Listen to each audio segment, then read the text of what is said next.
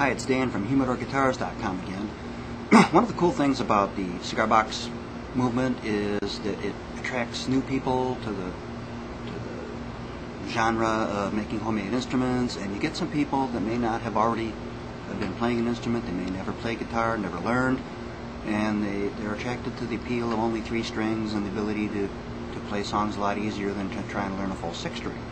The downside of that is some of the people don't understand the basic rule of how the strings work, where the frets belong, what the scale is.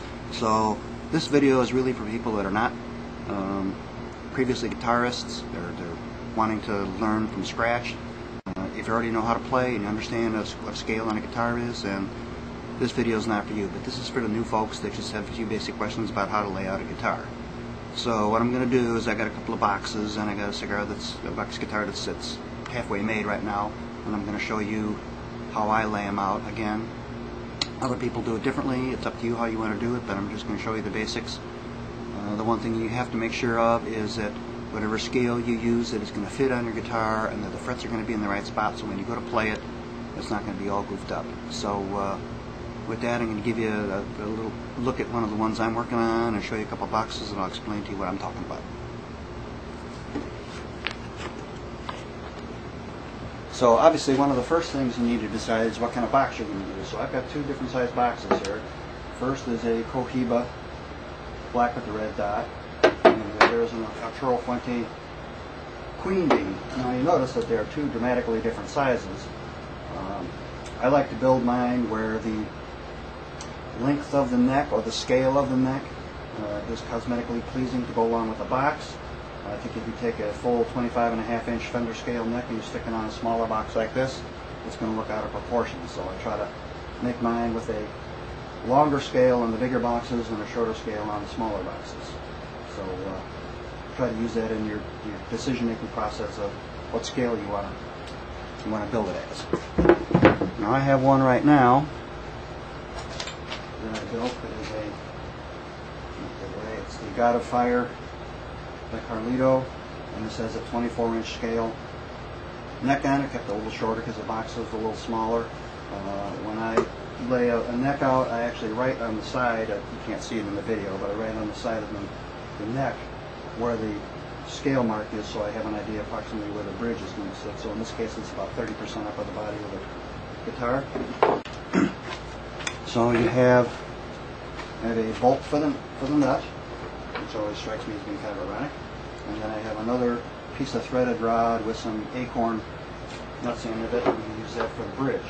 So what you want to do is you can do this one of 2 ways. You can decide your scale ahead of time. If you know you want a 24 or a 25-inch scale, and then you adjust your box to suit, or you lay your stick with the box all out, and then you decide, okay, it looks good like this, and then measure the distance. So what scale refers to is the distance from the nut to the bridge, or the distance that the string is in the air. So in this case, I measure it out, and I come up with 24 inches. So my 24 inches is about like that. I'm out of the way. So what you want to avoid is setting up your neck first, and then not realizing that the length of your neck where it joins the box is wrong, and then when you're all done, you end up with having to put the bridge out here, and you go, oh my, and you have to do it all over again. So what you can do, like I said, is lay out the neck with the box first, and then decide what scale you want, or decide the scale you want ahead of time. But if you decide the scale ahead of time, that is absolutely critical. And then you measure out that your 24 inches is going to put your nut somewhere where it's in a good spot. You don't want it hanging off the back. The farther towards the back of the guitar, the less vibrating you're going to get from the lid, and it's likely that it's going to run into where the neck is glued to the lid. So if I put my bridge here, you're not going to get as much vibration.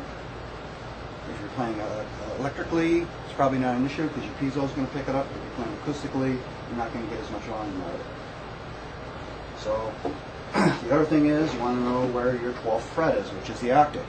If you string a 3-string guitar and you do it in G, D, G open tuning, then, and it's a 24-inch scale, and your 24 inches are going to be from the nut to the bridge, half of your scale is the 12th fret. So if I play an open G string and then I fret it at the 12th fret, which is where the double dots are, which represents the octave, you should get the same note, a G, but an octave up.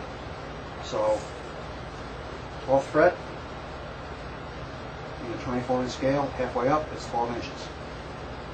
So the whole end result is you want to be able to go dee, dee, dee, dee, dee, and go all the way up the neck, and all the notes are going to be correct because the frets are in the right spot, you have the bridge and the nut in the right spot, and it's all laid out musically so that it's correct and it plays right. If you start playing up your frets, all of a sudden the notes are going off, and you got something wrong. Best way to do that is to use a little digital tuner, and I got one right here.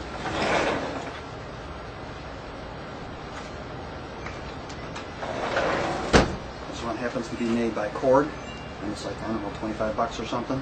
And then you just turn it on, put it up next to your guitar, pluck the notes, and as you go up the neck playing the notes, you'll see exactly what note it is, and you'll know if you're right on or not. So hopefully that helps a little bit, demystifies it a little bit. We tend to say that there are no rules when it comes to the cigar box guitars, but there are a couple of rules you have to follow.